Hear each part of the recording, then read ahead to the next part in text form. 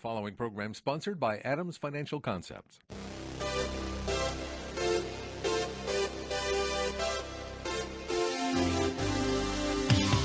About Money, a different approach to investing you won't hear anywhere else.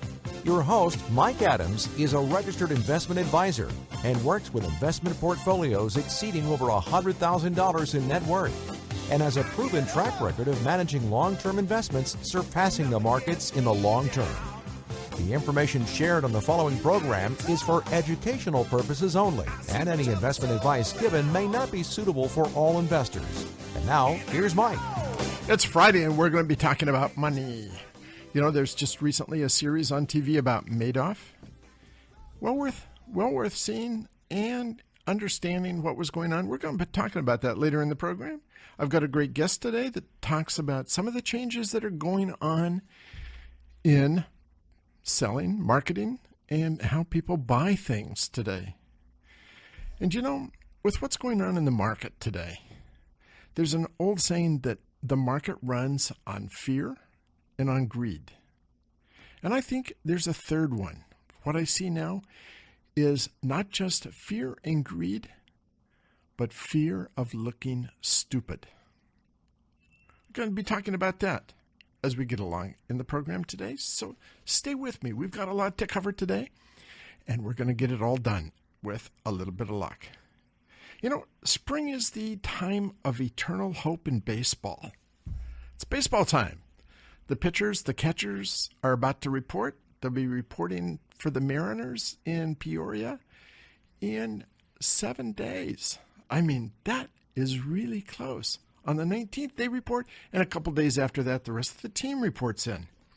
And before the first game, every team has the hopes that they're going to be a contender and they're going to be in the World Series. 30 teams.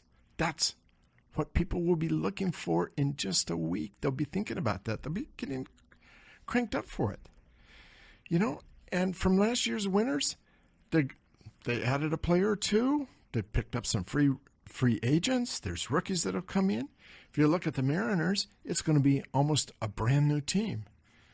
They've traded away 20 players and brought in 17 or 18 or 20 more. It's going to be hard to remember who's here and who's gone. That's the way it begins.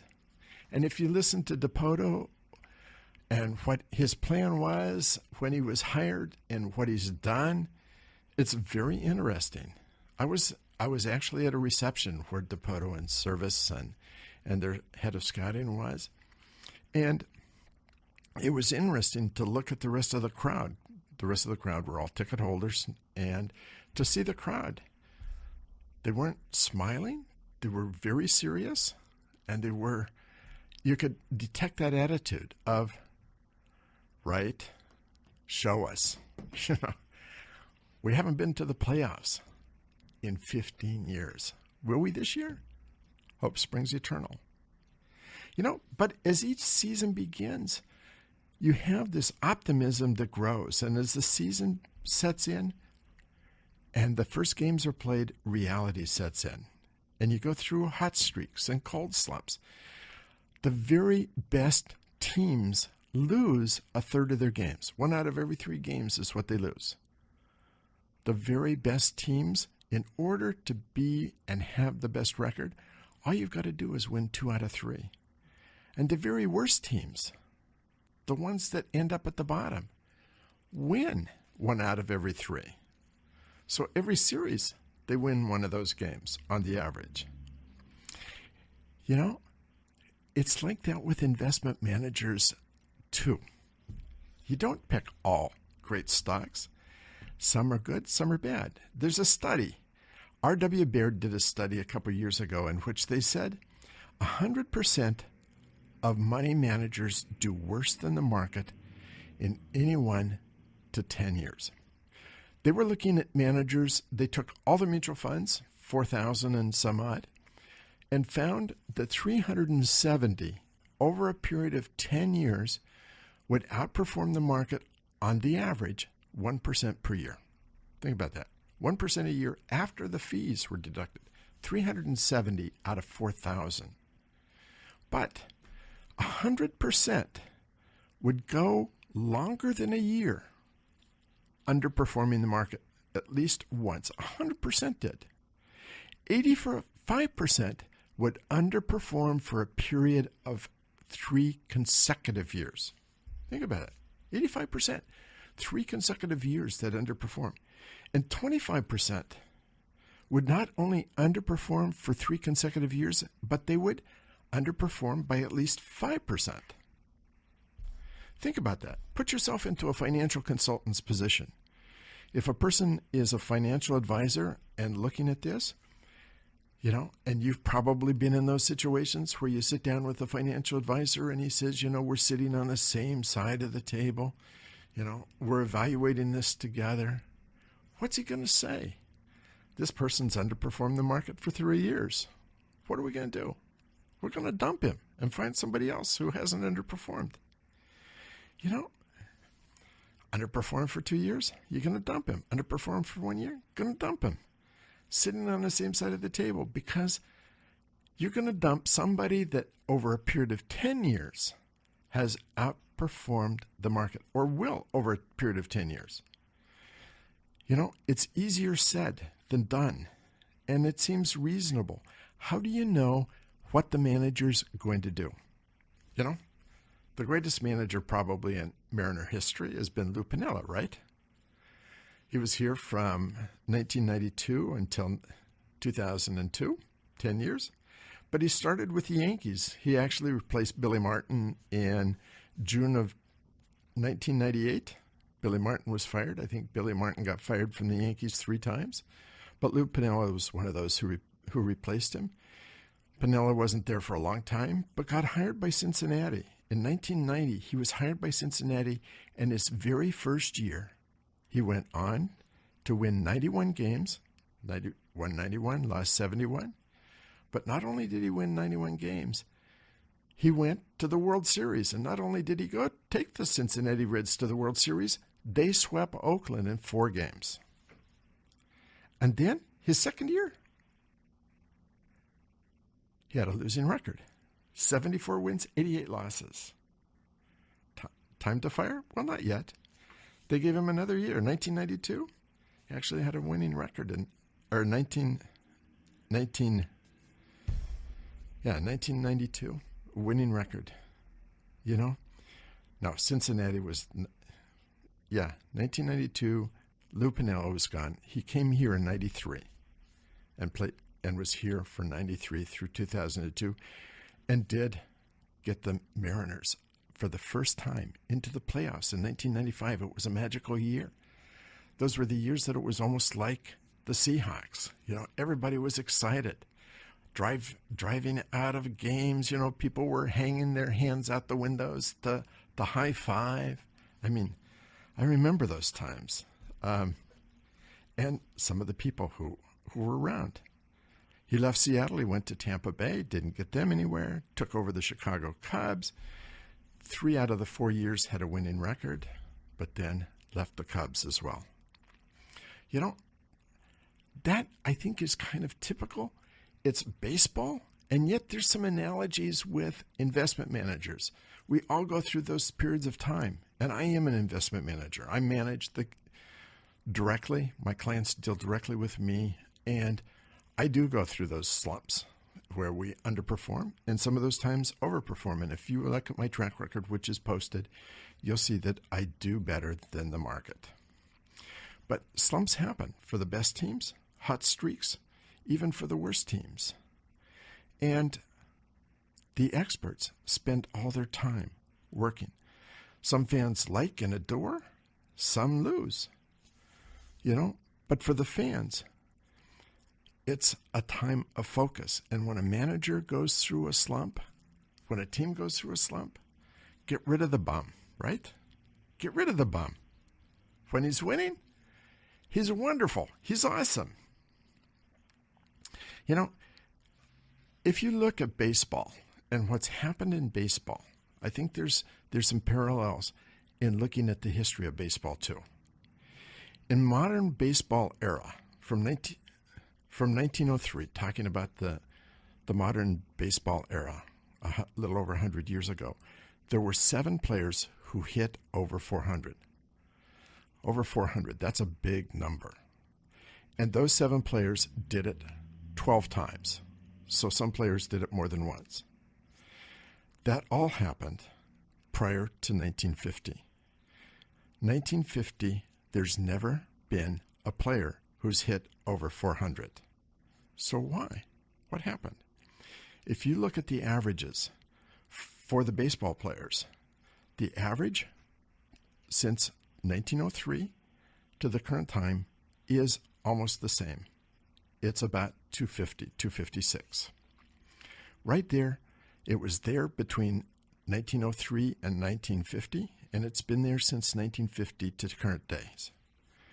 So it's pretty consistent, and yet in those early days, somebody hit over 400. Why did that happen? You know, we're coming to a commercial break, and I'm going to talk about why that is.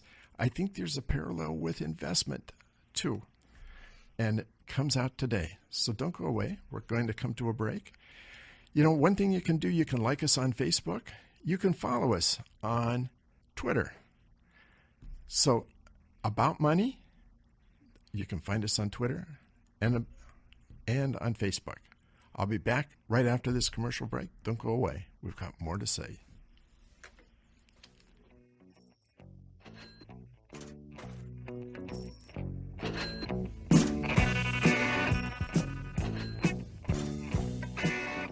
More About Money coming up with Mike Adams on Business Radio 1300 KKOL. For more information, click on adamsfinancialconcepts.com.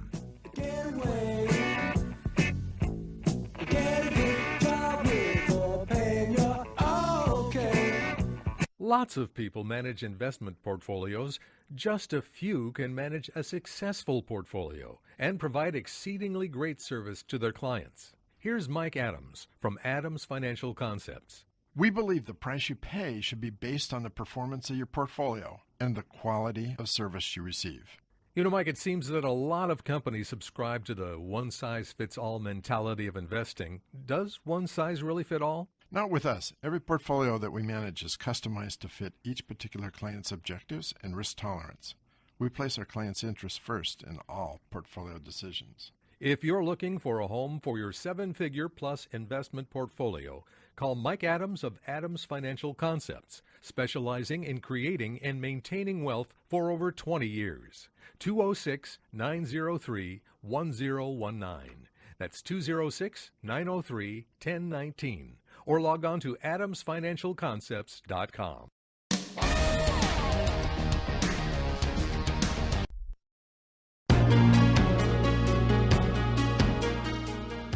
Now we return to About Money. There's more information waiting for you at adamsfinancialconcepts.com. Here again is your host, Mike Adams. So I've been talking about baseball and investment management because I think the two have a lot of similarities. And I was saying that in the modern baseball era, which people consider from 1903 until the present day, that the average player, if you added all their averages together, the average ran between 250 and 260. 25 to 26% of the time, they got a hit. That was from 1903 to 1950. That's also been true since 1950 to the present day. But prior to 1950, there were 7 players who hit over 400. And they did it 12 years. So several of the players had more than 1 year hitting over 400. No one's done it since 1950. No one's done it since 1950. So what's happened? So now we need to talk about statistics just a little bit. There's a statistic called the standard deviation. And if you have a bell-shaped curve, a standard deviation talks about the variance from the average. One standard deviation means 68% of the players hit within one standard deviation. 2 standard deviations mean 95% of the players hit within 2 standard deviations, plus or minus 2. 3 standard deviations, 99%. 5 standard deviations is out to 1 chance in 3.5 million. So you can see the progression there. What's happened is that in baseball, in the standard deviation dropped from 40.6% in 1921 to 26% in 2003. So you had hitters hitting about the same average when you put them all together and averaged, but the spread narrowed almost in half. You had the spread narrowing. More hitters hitting more of the same. Now, at the same time, you had, and we've seen, players hitting below the Mendoza line. Mario Mendoza played shortstop for the Mariners. And in that year, he hit 215. And that was so low that they called it the Mendoza line. Now, what's happened since then is people have forgotten it was 215. They call it 200. So 1 out of 5 times, if a player hits less than 1 out of 5 times, they call it below the Mendoza line.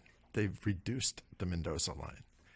But you have players, sadly, a few of them played for the Mariners, that hit below the Mendoza line for an entire season.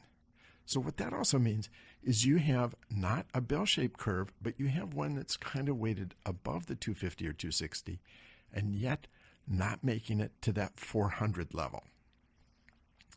That same thing is happening with investment managers. What's happening in baseball is the players are becoming more and more skilled. Those players who hit 400 in the 40s and the 30s would probably not be able to hit the Mendoza line today. I can remember when Mike Moore came up and was selected by the Mariners as a first-round pick, and he threw 95 miles an hour. People were blown away, threw the ball so fast. Now we have pitchers who throw 100 miles an hour. And what does that really mean? That means from the time the ball leaves the pitcher's hand until it hits the catcher's mitt, it's 0.6 of a second. That is a lot to adjust to. If you're standing at the plate, you have less than a second to make up your mind whether you're going to swing or not. And you have to not only make up your mind, you have to figure out where you're going to swing. That's pretty phenomenal. And you have pitchers that throw 100 miles an hour, and you have hitters that can hit that. I remember I coached my son's baseball team one year, and we went to one of the places where they have a batting machine. And I had the machine set on 60 miles an hour and 70 miles an hour. That ball comes in really fast. I got to tell you, 60 miles an hour is fast. To think about somebody hitting 100 miles an hour, that's pretty phenomenal. That same thing is happening in the investment world. People are becoming stronger as managers, and very few dropping out the bottom end. And yet, when they do drop out the bottom end, they drop way out. The standard deviation in money managers has declined since 1967. It's declined from 16% to 6%, according to a 2013 Credit Suisse report that was done, called the Alpha and the Paradox of Skill. Large cap mutual fund managers are managing much closer to the average. And yet, Eugene Fama, who shared the Nobel Prize, did a paper with Ken French called Luck and Skill in Cross-Section of Mutual Fund Returns, and found only 1 to 2% of managers who actually outperformed the market. I think the time period they looked at was such that it was a very difficult time for managers to outperform, and I really believe that had they looked at a different time period, they would have found additional. And in fact, Fama published a paper in which he found 7% do as well as their index when you count their fees, or better than that. The Baird study found 370 out of 4,000, which is almost 8%. And historically, people have talked about 10%. Whether it's 7 or 10 or 8 or 5, still, it's a relatively small number. And the standard deviation is squeezing up. It's not because people are getting and following other people. It's because skill levels are increasing ever so often, ever so much. You know, when Buffett came in and in his early years, he was achieving a 30% per year return. If you look at his returns today, they've dropped off considerably. They're not 30% anymore. Buffett is like Ted Williams. In those days, it was much easier. Today, it's much harder to find those places where you can make that money. Which brings me to one of the things that's happening today. If you look at where we are, over 50% of mutual fund managers are under the age of 30. That means they were in college or in high school at the time we had the Great Recession. They didn't experience the 2008-2009 time period. They studied it. They've read about it. But they never really lived through it. Adam Smith wrote a book called The Money Game, published in the 1960s, in which he called the 1960s the kids market. I believe it is a kids market we're living in today. At that time, you also had fund managers who were under 30. And he created a fictional character he called the Great Winfield, who exploited the kids market and exploited what they were doing. And this is the quote from Adam Smith's The Money Game, in which he says, quote, "The strength of my kids is that they are too young to remember anything bad." And I say, they don't remember 2008, 2009. It was the 60s, what he was talking about. And they are making so much money that they feel invincible. Now, you know, and I know, that one day the orchestra will stop playing and the wind will rattle through the broken window panes. And the anticipation of this freezes the older ones of us who are old enough to remember. But it will be crushing to the kids. I believe that one thing that's happening today is the kids that were doing so well in 2010, 2011, 2012. They had a momentum market. They could invest in all these things that had huge price earnings ratios, that had these great stories, that had everything behind them, and they were making a lot of money and they were feeling really good. They hadn't been in the market for longer than a couple of years, but they had the wind at their back. They were invincible, and they were making huge bonuses and huge money. And then 2016 happened. Not only did commodity prices go down, not only did junk bond prices go down, not only did emerging markets get into a bear market, not only did we have gold and oil and all those things plunging down, private equity, hedge funds, but we had nations who had lived on their revenues from oil and built up huge central reserves. Their central banks had these huge reserves. And at $100 a barrel, they were just stocking away money, stocking it away, sticking it in the bag, waiting for things to happen. You know, they had a really easy time. And then oil prices dropped, and they had to start spending that money to keep things going. Venezuela, at the end of last year, was down to $1.8 billion, 120% inflation. They're expected to have 720% inflation, and the president of the country says they're in an economic emergency. Russia is expected to run out of money. The central bank expected to run out of money before the end of the year. We have all these oil nations, and as they liquidate, what are they liquidating? They're liquidating the holdings they have in U.S. stocks and U.S. bonds. That was something that the kids never expected, never thought about. So not only do you have those nations, but you have a fear that has suddenly set in because the windows are breaking, the orchestras quit playing, and the kids are actually finding that the market goes down as well as it goes up, and it goes down almost irrationally. That's where we are today. And I believe that it's a compounding thing. They're feeling the pressure, and they have to report out their returns. It's not just a fear that's gripped them. It's now, in addition to fear, a fear of looking stupid. They are. To be where they are and not to have understood where the market is. They read about it. They never experienced it. They have a fear of looking stupid. When we come back, I've got my guest interview. You've got part of that. And we'll also come and talk about Madoff. But that's coming later in the program. Don't go away. We've got a lot more to cover. I'll be right back. Stay tuned. About Money returns in a moment with Mike Adams here on Business Radio 1300 KKOL. For more information, click on adamsfinancialconcepts.com. Creating and maintaining wealth has been the specialty of Adams Financial Concepts for over 20 years. Every portfolio managed by Adams Financial Concepts is customized to fit each particular client's objectives and risk tolerance. The client's interest always comes first in portfolio decisions. Call Mike Adams today at 206-903-1019 or log on to adamsfinancialconcepts.com to check out their AFC performance. They welcome your review. That's adamsfinancialconcepts.com. Good investment.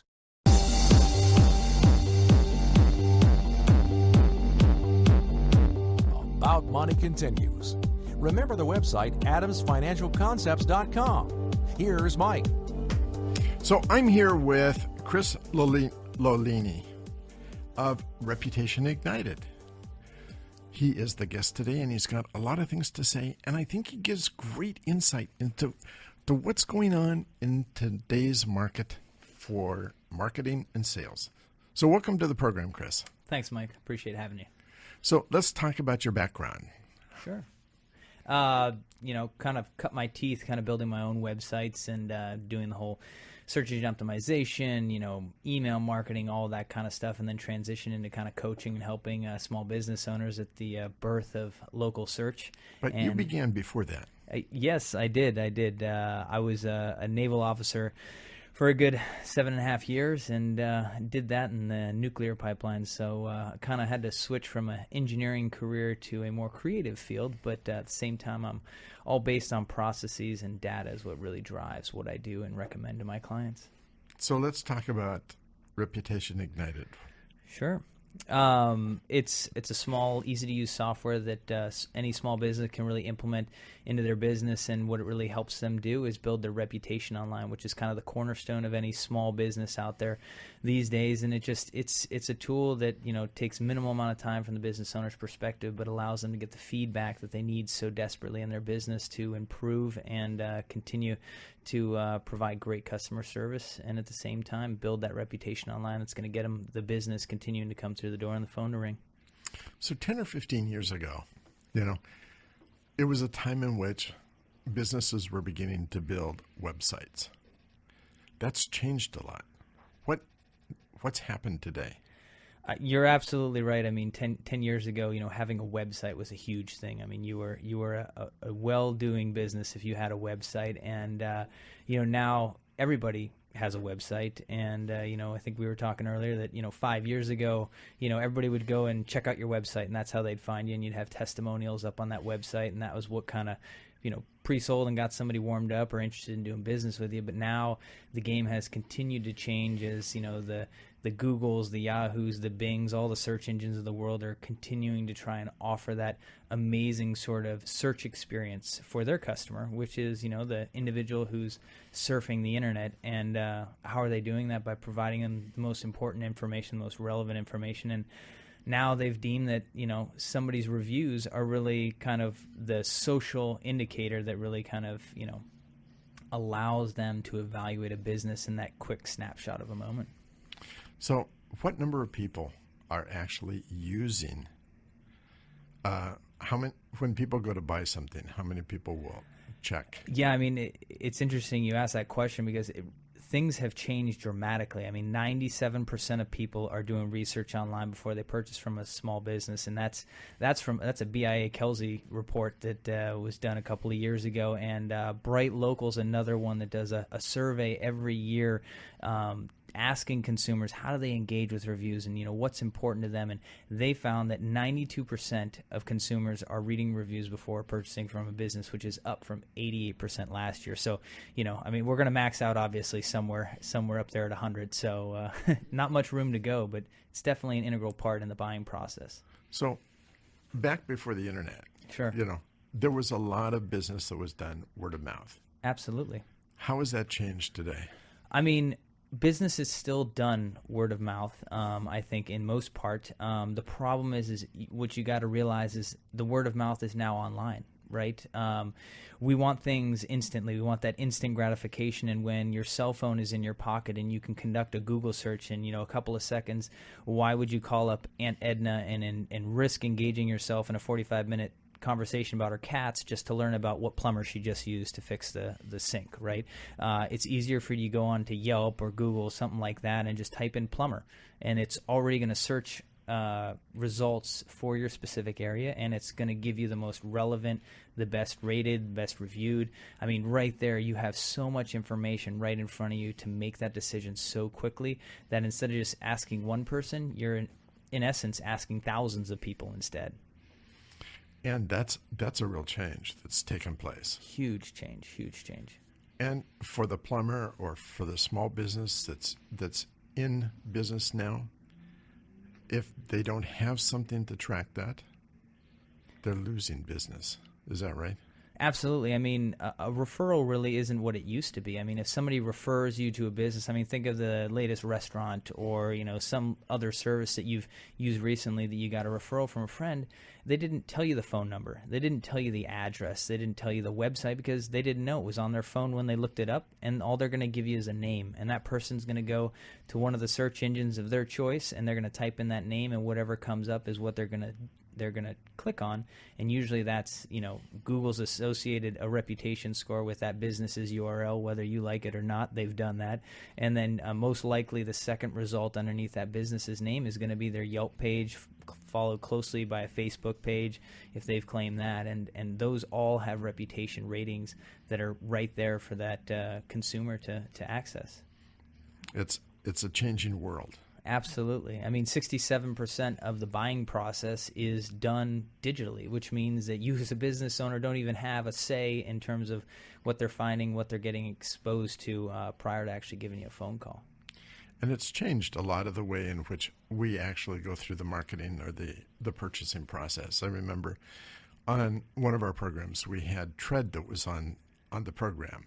And Tread gets paid by the car dealers so that someone who's looking and shopping for a car calls or goes online, asks them to deliver. They're interested in this car, maybe 4 different cars. Tread will deliver the car for them to drive, to see if it fits in the garage, to see how it handles. The Tread people are not salespeople. They don't get compensated. When they're asked about what do you think of the car, they do not give an opinion. But for the person that's buying a car, it's completely independent of the car dealership, so that a person can really look at what they're seeing, not just online, but see it in a physical sense, make a decision, and then buy. Absolutely. It's really changed. You don't have to deal with a salesman who's getting a commission or a salary to sell that car. You're dealing with somebody that has absolutely no opinion. They're just essentially delivering you a trial car to try. Yeah, it's crazy. I mean, it's the beauty of the digital age is just having access to all that information. And I sadly tell that a lot of my healthcare clients, they're always wondering, how do I actually do marketing in my business? And I go, to be honest with you, it's really hard. It's a really sort of subtle and delicate art for you, because now everybody seems to be their own dentist, their own doctor. They do all the research prior to, and simply all they're doing is coming to you to corroborate the evidence that they've already sort of put on their side for what their own self-diagnosis is. And so, making sure that you're kind of walking that fine line of making them feel like, they came up with the idea or the concept is really, sadly, the situation in which we're in. And that's why marketing is so important to, create that sort of like, know, and trust, effect inside of that prior to somebody coming and engaging with your business. And that's really what these online reputations do for somebody, is they pre-sell them on your business so that when they call you up, it's not, how much does it cost and, are you a reputable company? Instead, it's, hey, when can you be here? Which is a good place, as a small business owner, we'd love that, somebody who's ready, got the money in hand and ready to take action. So there's kind of that double-edged sword there. What do we prefer, the long, slow sales process or something that's quick and straight and to the point? So, if you look at the history, people developed the website, and then came search engine optimization to get your website to the top of the page. But even that is old technology now. It's about the reviews and letting people see what you have. Absolutely. I mean, if you look at the search results today, it used to be just, whoever, did the most backlinks or, had the most authority in that website would show up first. But now if you look at it, they've structured the search results, engine results page in such a way that, first, obviously the ads are there, because, Google and Bing and Yahoo want their money to make their money. But followed closely after that are local search results, and these are things that, can't really be bought, and they can be, search engine optimized to a certain point. But, Google has now cut it down to, what we call the snack pack. So it's the top local 3 businesses, and it's their reputation score and a link to their website. It doesn't say anything specific, and then you've got your SEO results below there. So people are, they're going to make their decision based on that information, because those are social indicators, and we're social animals, and we're looking for others' approval and sort of going with the flow, and that's what that provides. And as millennials become more and more a part of the world and are so acclimated to the digital world, it's going to be more and more so. Absolutely. So if someone wants to get a hold of you, how would they do that? An easy way to do that is you can email me at chris@ignite.reviews, or you can go onto our website, which is ignite.reviews. So no .com, no .net, one of those new vanity URLs, ignite.reviews. Sounds great. Thanks Mike. For Chris for being on the program. My pleasure. So we're wrapping up this segment. We're going to come back after the commercial break. We're going to talk about Madoff. We're going to talk about what goes on during these tough times. So do stay with us and check the website. You'll see performance numbers there. You'll see a blog there. You'll see what Adams Financial Concepts is doing. Like us. Like the radio program About Money on Facebook. You can like Adams Financial Concepts as well. You can follow our tweets, and we have been tweeting through this entire program. Sarah's been doing that. So follow us at About Money. We'll be right back.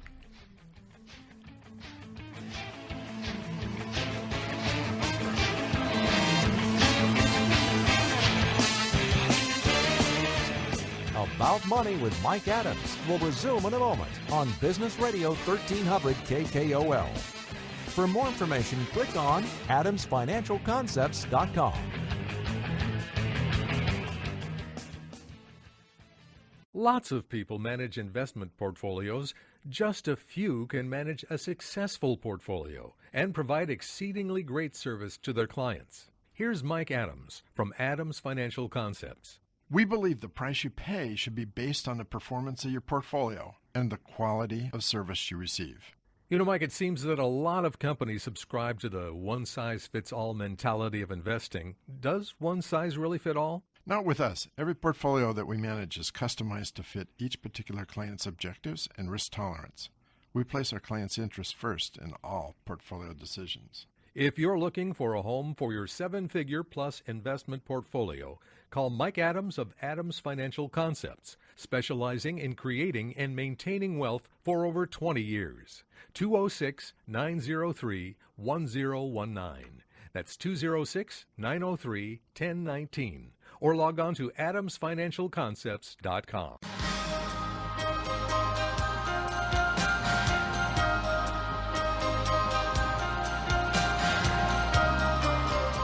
We're back with more About Money. For details on what you hear on today's show, visit adamsfinancialconcepts.com. Now, here again is Mike Adams. So I want to talk about the Madoff thing. There was a series on Madoff, and I thought it was well done, and it gave a great insight into what was going on. I was frankly surprised. When I first heard about Madoff, which was just before the Wall Street Journal article, I got the report that the one guy, Markowitz, had submitted to the SEC, pointing out all the red flags And it was just amazing to me to look at that paper and see that the SEC did not go through and shut Madoff down. I mean, there were so many indications.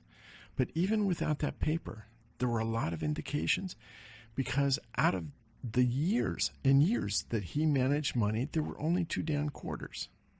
If there's only 2 down quarters, you know that there's something really wrong.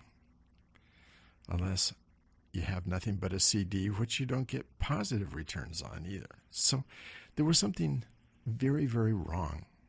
And to me, I was really surprised, because I would have expected that Madoff would have invested even in an index fund or mutual funds, or done some sort of investing. So if he'd stole, I expected when I was reading all this material that he probably really only took in $17 billion, and it tripled in value. So they said that he stole $50 billion, but he didn't. He kept all that cash.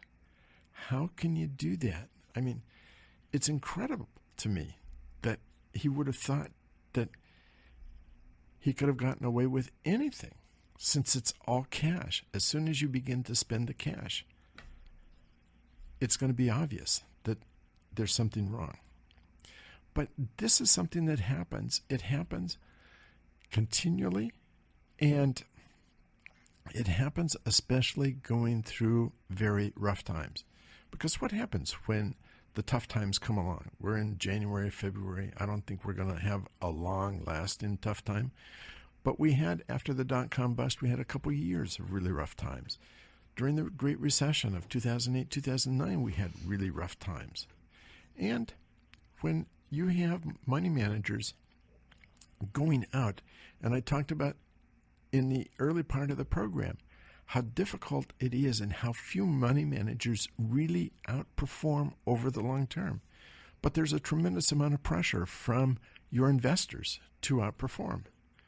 I have one client that carries around a yellow sheet of paper, and he's got 3 of us that are managing money, and he pulls it out every time we get together, and he tells me how they're doing and how I'm doing. And I can actually, I don't know whether I should say on the radio or not, but anyway, he did.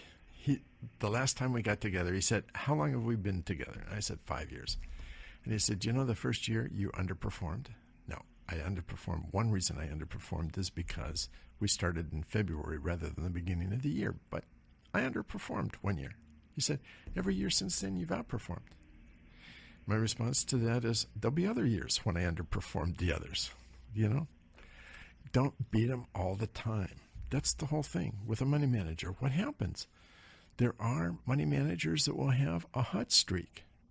Just like baseball teams will have a hot streak, even if they're the bottom team in the league, they'll have a hot streak. And some of the very best teams will go into a streak where they lose 5 or 8 or 9 games in a row. It just happens, but there's a reversion to the mean as well. But when that happens, with that kind of pressure, you have some people that succumb to the pressure. And I believe that 90 or 95% of financial advisors and money managers are honest. It's a very, very small part. But when revenues are down, there's a temptation to do something. And we've seen that. We've seen that with Rebecca Briard, for example. When she started her own firm and left the wirehouse, those clients that moved with her, they got accounts set up at the new broker-dealer, and little money stolen from them. But the new clients, the first ones that came in, were the ones that she began to take money from. And the last ones, she just lied about putting them into the brokerage account. She just simply stole their money. I can remember when I first got into the business, there was an article in Wall Street Journal about a 55-year-old grandmother. They really played up the 55-year-old grandmother who was going to Las Vegas every 6 months, taking clients' money. She was trying to win back what she lost to replace in the client accounts. I mean, how crazy is that? But once you steal the first time, you're in trouble. You're out of the business if anyone ever finds out. and generally they are. But when you look back over what's happened over the last few years, Madoff was the biggest example, but you had Sanford, who put together a Ponzi scheme. You had the Inside Trailers, the Galleon hedge fund, run by Raji.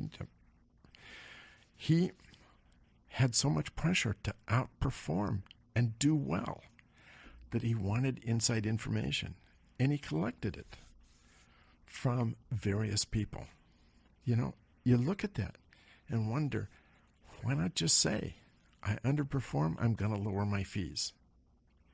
You know, I outperform, I have to say, and I charge big fees. And when you look at my performance, you'll see it's net of fees, all costs, and we still do better than the market. You know, if you look at what's happened with fees, financial advisors continue to lower their fees and have lowered their fees because they underperform. I think that's the right way to go. But, you know, it's a time in which when revenues are down, there's a temptation for financial advisors to do something. And you're left with only a few choices. You can cut your own expenses, you can draw from savings, or you can steal from clients. There's very few people in that last category, but it's something to be aware of. And it's something to be aware of what Madoff was doing and having returns, which were unbelievable. And the people I feel really sorry for are the people who invested their nest egg of $300,000 or $400,000 or even $1 million. Unsophisticated understanding. I believe the people that had a lot of money probably knew there was something going wrong.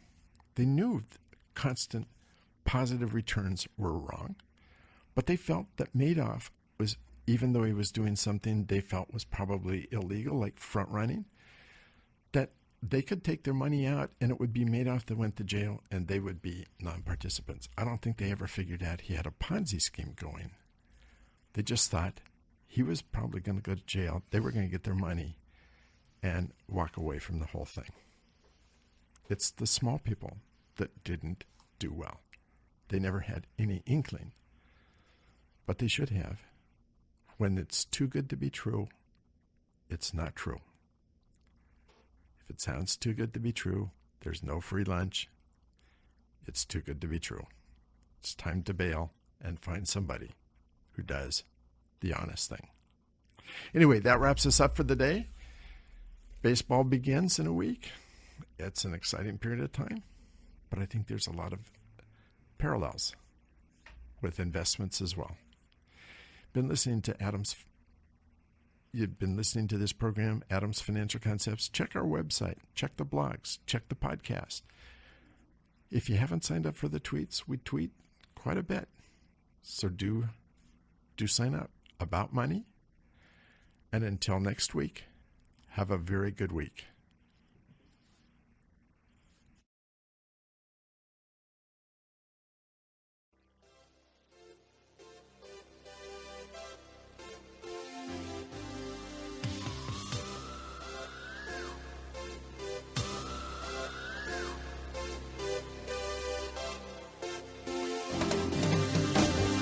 You've been listening to About Money with Mike Adams, a registered investment advisor. If you'd like more information about what you heard today, or about Mike's investment philosophy and strategy, or if you want Mike to evaluate your own portfolio, click on adamsfinancialconcepts.com. That's adamsfinancialconcepts.com. The information shared on the preceding program was for educational purposes only, and any investment advice given may not be suitable for all investors. Join us again next Friday afternoon at 3 for more About Money with Mike Adams here on Business Radio 1300 KKOL. The preceding program was sponsored by Adams Financial Concepts. Creating and maintaining wealth has been the specialty of Adams Financial Concepts for over 20 years. Every portfolio managed by Adams Financial Concepts is customized to fit each particular client's objectives and risk tolerance. The client's interest always comes first in portfolio decisions. Call Mike Adams today at 206-903-1019 or log on to adamsfinancialconcepts.com to check out their AFC performance. They welcome your review. That's adamsfinancialconcepts.com.